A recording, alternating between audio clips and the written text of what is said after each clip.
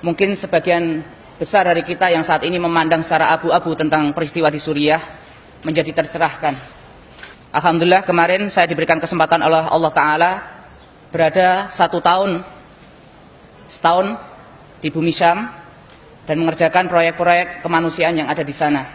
Saya ungkapkan agar kita jelas dalam memandang peristiwa Suriah ini tidak samar, karena banyak terdengar di telinga kami masyarakat yang menilai bahasanya di Suriah itu yang terjadi adalah peperangan saudara, peperangan perebutan kekuasaan, pembunuhan antara Islam dengan Islam, sehingga masyarakat jadi agak acuh dengan ada yang di Suriah ini. Padahal Bapak Ibu yang dirahmati oleh Allah Ta'ala, selama 5 tahun terakhir peristiwa Suriah ini, lebih dari 300.000 ahlus sunnah itu sudah gugur. 300.000 ahlus sunnah dalam 5 tahun ini sudah gugur dibunuh oleh Syiah Nusairiyah dan bala tentaranya. 300.000 bukan angka yang kecil. Bahkan angka ini jauh lebih banyak berlipat-lipat daripada apa yang terjadi di Palestina. Bukan berarti kita mengecilkan darah kaum muslimin. Palestina yang sekian puluh tahun dijajah oleh Yahudi, korbannya belum mencapai 100.000 jiwa. Tetapi 5 tahun di Suriah, lebih dari 300.000 ahlus sunnah sudah meregang nyawa. Dalam 2 hari kemarin di Ghouta Syarqiyah, 2 hari pemerintah rezim Nusairiyah menjatuhkan bom kimia. Dalam 2 hari membunuh 2.500 ahlus sunnah. Di Banias, di provinsi Latakia yang kami tempati, dalam 1 hari orang Syiah Nusairiyah membunuh ahlus sunnah dengan pisau tajam, disembelih 1.000 orang meninggal. Tetapi banyak kita yang tidak mau tahu. Saya jelaskan bahwasanya sekarang yang berkuasa di Suriah itu bukanlah sunnah, bukanlah orang Islam. Bashar al-Assad, presiden sekarang, itu adalah pemeluk agama Syiah Nusairiyah. Apa itu Syiah Nusairiyah? Di dalam kitab Mausu'ah Muyassarah fil Adyan, Syiah Nusairiyah itu merupakan sebuah sekte yang dibentuk di masa 4 Hijriyah oleh seorang yang bernama Muhammad bin Nusair. Merupakan pecahan daripada sekte Syiah. Syiah pecah menjadi banyak sekte, dan Nusairiyah ini menjadi salah satu sekte yang paling sesat di antara Syiah. Maka dikatakan Ibnu Taimiyah rahimahullah ta'ala dalam kitab yang sama, bahkan mereka Syiah Nusairiyah lebih kafir daripada Yahudi dan Nasrani. Karena mereka meyakini dalam akidahnya bahwasanya Allah itu adalah Ali dan Ali adalah Allah. Mereka tidak meyakini sholat, tidak meyakini zakat, tidak meyakini haji. Mereka punya syariat sendiri. Dan saat ini mereka lah yang berkuasa di Suriah. Dan sebelumnya Bapak Ibu yang dirahmati oleh Allah Ta'ala, peristiwa Suriah ini bukan hanya terjadi 5 tahun terakhir. Di awal tahun 80, bapaknya Bashar al-Assad, Hafiz al-Assad, laknatullah alaihi fi qabri, semoga Allah melaknatnya di dalam kuburnya, telah membantai ahlu sunnah dalam 1 bulan lebih dari 40.000 di provinsi Hama. Kami alhamdulillah 3 tahun terakhir kami beroperasi di sana dengan teman-teman untuk melakukan kegiatan-kegiatan di sana. Kalau kita melihat sakit sekali di sana itu, bukan hanya disembelih, bukan hanya dirudal, bukan hanya diroket, bukan hanya ditembaki. Di Maldoya, saudara kita ribuan ahlu sunnah diblokade, bantuan satu pun tidak bisa masuk, sehingga anak-anak kita di sana dibuat mati secara perlahan, mati pelan-pelan dalam keadaan kelaparan. Sehingga kalau kemarin ada yang melihat anak kita makan kucing, maka ada yang makan apa? Rumput. Itulah yang terjadi, makan rumput di sana. Seandainya ada, saya kasih lihat di sana, sampai makan rumput di sana. Dan kita tidak mau tahu. Inilah Syam yang dijanjikan oleh Allah Ta'ala. Tempatnya, kalau kita insya Allah orang di sini kan sudah kenal ngaji, kan kenal sunnah. Pasti di dalam hatinya merindukan as-sohbah al-islamiyah al-alamiyah. Kebangkitan Islam secara global. Kebangkitan itu dari sana, dari Syam. Sehingga kemenangan, nanti dikatakan perkara ini akan masuk kepada semua rumah yang diterangi matahari. Itu bermulanya dari Syam sana, bukan dari Indonesia. Apa yang kami lakukan di sana Bapak Ibu? Pertama, kenalkan nama lembaga kami, Misi Medis Suriah. Nanti silahkan yang punya Facebook diambil informasinya, Misi Medis Suriah di sana, kegiatan kami di sana. Pertama kali kami di sana adalah untuk ngurusi rumah sakit lapangan, mendatangkan dokter di sana. Karena banyak rakyat sipil mujahidin ini terluka. Kita buat rumah sakit lapangan. Tetapi ternyata dalam perjalanan waktu, bukan hanya orang sakit di sana masalahnya, orang kelaparan, orang kedinginan ketika winter, ketika musim dingin. orang anak-anak putus sekolah. Akhirnya kita membuat program yang banyak di sana. Alhamdulillah hingga detik ini kurang lebih 30 miliar sudah kami salurkan di sana dari lembaga kami. Apa saja? Namanya misi medis. Sekarang kami membuat ma'had Quran, ma'had penghafal Quran yang pertama dari Indonesia untuk rakyat Suriah. Dan selama 1 tahun lebih kami telah membuka pabrik roti. 2 pabrik roti kami operasikan karena orang-orang kelaparan, tidak ada roti di sana. Waktu itu mereka mengatakan, ya akhi, kami kelaparan, bisa tidak kami dibantu? Kami bingung karena kami cuma ngurusi medis. Karena ongkos operasional sebulan itu $15.000. Sementara kami lembaga kecil.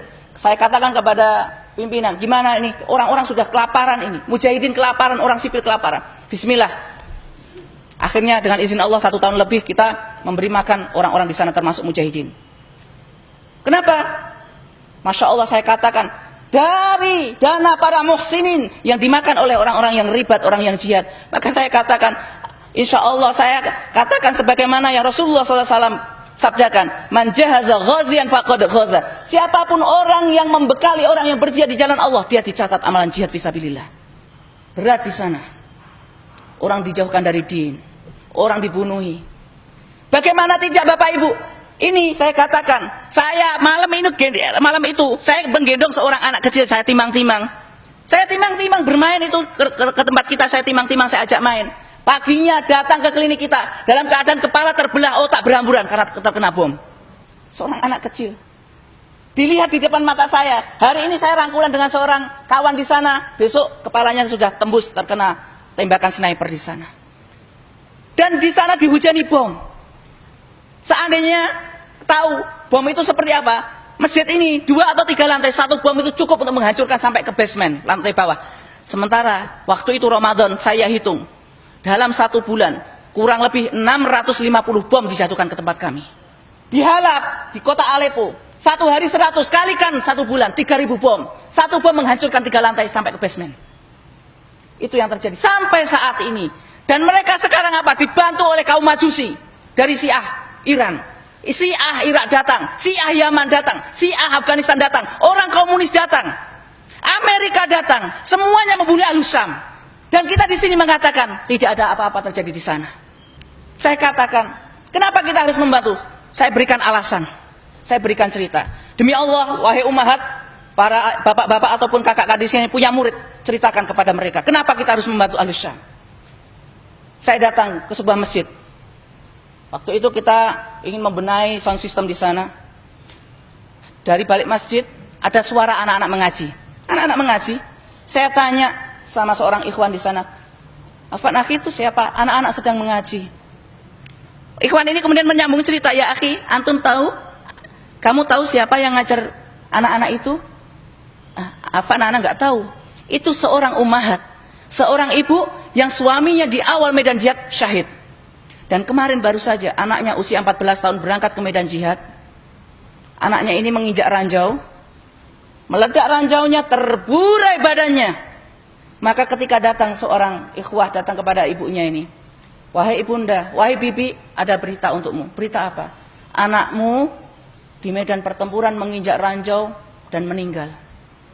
Ibu ini mengatakan apa? Seorang janda ini, alhamdulillah Allah telah menerima anakku sebagai seorang syahid. Apakah tidak layak mereka dibantu Bapak Ibu? Hari itu kami dengan teman-teman, kami biasa ke kamp pengungsian. Ke kamp pengungsian untuk melakukan apa? Pengobatan kepada anak-anak di sana atau penghuni di sana. Waktu itu kami mendapat jadwal di perbatasan Turki, masih masuk Suriah. Namanya camp itu ada camp pengungsian Ummahatul Mukminin. Di mana yang tinggal di situ semuanya adalah janda syuhada. Semua suaminya itu syahid di medan jihad. Mereka tinggal di camp-camp pengungsian, keadaan lapar. Mereka kesehatannya sudah kacau semuanya. Kami datang ke situ. Kalau kami datang, itu kita punya tim dokter masuk kan di kamp pengungsian, saya tidak masuk. Saya berada di luar. Saya berada di luar. Dan kebiasaan saya, kalau ke sana, saya bawa tas ransel paling besar itu, yang ukuran 15 kilo. Saya datang ke sana, saya penuhi itu semua dengan biskuit atau dengan kue. Karena anak-anak camp kan banyak sekali. Untuk sekedar menghibur mereka. Ketika datang saya kumpulkan, ayo anak-anak, ayo hal atfal, ta'alu huna.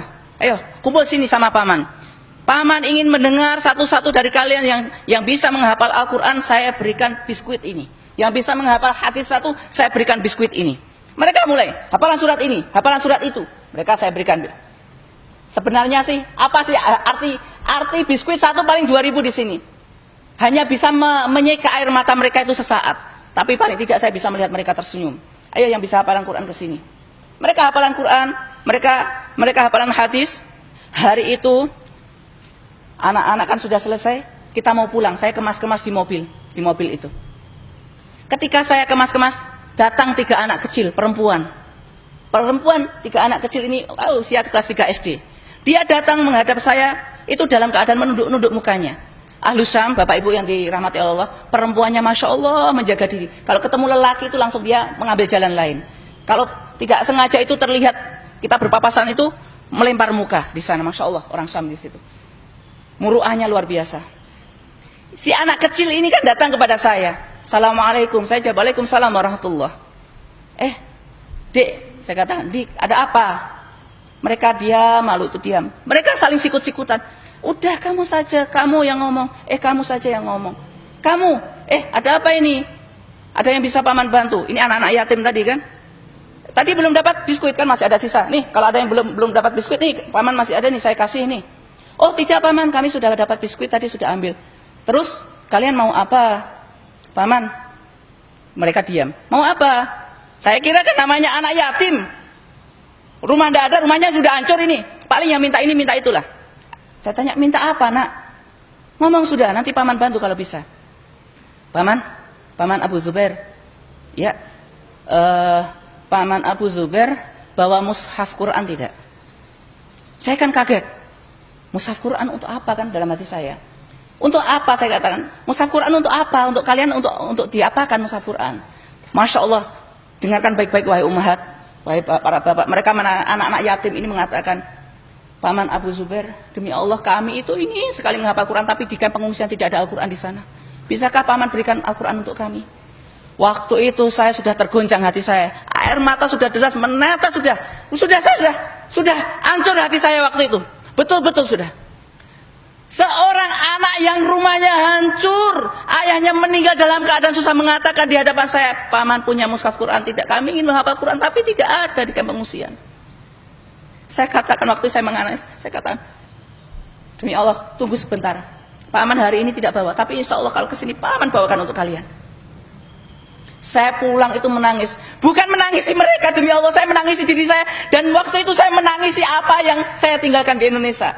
Anak-anak yang dilalaikan dilalaikan dari Al-Quran. Menangisi saya Indonesia dalam keadaan aman. Saya pulang sudah kalut pikiran saya. Saya balik sana lagi, saya bawa lagi itu biskuit 1 ransel. Saya bagikan qadarullah wa masya'a fa'ala. Saya lupa. Saya bagikan biskuit. Mereka datang lagi anak 3. Saya sudah rasa, aduh Masya Allah anak lupa. Paman Qurannya mana? Langsung gitu kan. Afan, Paman lupa Qurannya, nggak bawa. Waduh mereka menangis tuh di hadapan saya. Paman itu kan kemarin sudah ada yang dibawakan mushaf, kenapa sekarang tidak dibawa? Paman lupa. Insya Allah besok Paman bawakan. Akhirnya besok saya, walaupun tidak ada jadwal, saya menyengaja datang ke sana. Saya bawa Quran 1 ransel, bukan untuk 3 anak, tapi 1 ransel. Saya datang ke sana. Wah, Masya Allah, Paman Abu Zubair datang. Saya bawakan. Ya, kalau kemarin minta mushaf siapa? Mereka berbondong-bondong. Saya berikan mushaf. Masya Allah, wajahnya mereka bergembira. Dan tahu siapa yang paling bergembira? Saya. Bapak Ibu yang dirahmati Allah Ta'ala. Di sana anak itu menghafal Quran itu dalam taruhan nyawa, Bapak Ibu. Demi Allah dalam taruhan nyawa. Gak percaya? Di samping markas kami, di samping klinik kami, di sebuah desa, sore-sore, anak-anak kecil ini kan menghafal Quran di masjid seperti ini. Menghafal Quran. Kurang ajarnya rezim Syiah itu. Didatangkan itu helikopter, dijatuhi bom Birmil. Meledak di samping masjid, hancur kaca itu. Anak-anak terpental, terkena kaca. Mereka berdarah-darah waktu menghafal Quran. Alhamdulillah waktu itu tidak ada yang meninggal, cuma karena kena sampingnya. Tetapi bulan Sya'ban kemarin di Dar'a, puluhan anak menghafal Quran. Sedang mereka menghafal Quran dalam halaqah. Rezim laknat ini, mereka meluncurkan rudal jelajah dalam jarak sekian kilo tanpa ada muqaddimah, tidak ada suara. Dihancurkan masjid itu. 23 anak langsung syahid waktu menghafal Quran. Saya katakan, di sana itu anak-anak kita menghafal Quran itu betul-betul dalam tumpahan darah. Mereka itu menebus semuanya itu, satu ayat itu satu nyawa, saya katakan di sana. Dan di hadapan mata saya, Masya Allah, anak-anak di sana semangatnya luar biasa. Sehingga kami kemarin, kalau seperti ini, kita akan membuat ma'had untuk mereka, untuk anak-anak ini. Alhamdulillah kita sudah buat ma'had, sudah berdiri. Ma'had kita namanya Ma'had Khalid bin Walid. Mungkin poin terakhir yang saya katakan, kalau kita masih percaya ISIS, saya katakan mungkin akan ada yang bertanya-tanya, pernah bertemu dengan ISIS, kami hidup 3 bulan dengan ISIS. Dan tim kami sudah ditembaki oleh ISIS, sudah dimurtadkan oleh ISIS, dan kita sudah jadi korban di sana, ditembaki sama ISIS. Dan mereka adalah kelompok takfiri ekstrim di sana. Itu kesimpulan dan penutup dari kami. Itulah yang bertanya-tanya tentang ISIS. Wallahu taala a'lam bishawab. Aku lu kali astaghfirullah innahu wal ghafurur rahim. Silakan untuk informasi lanjut di misi medis Suriah, semua tentang kegiatan kami ada di sana semuanya.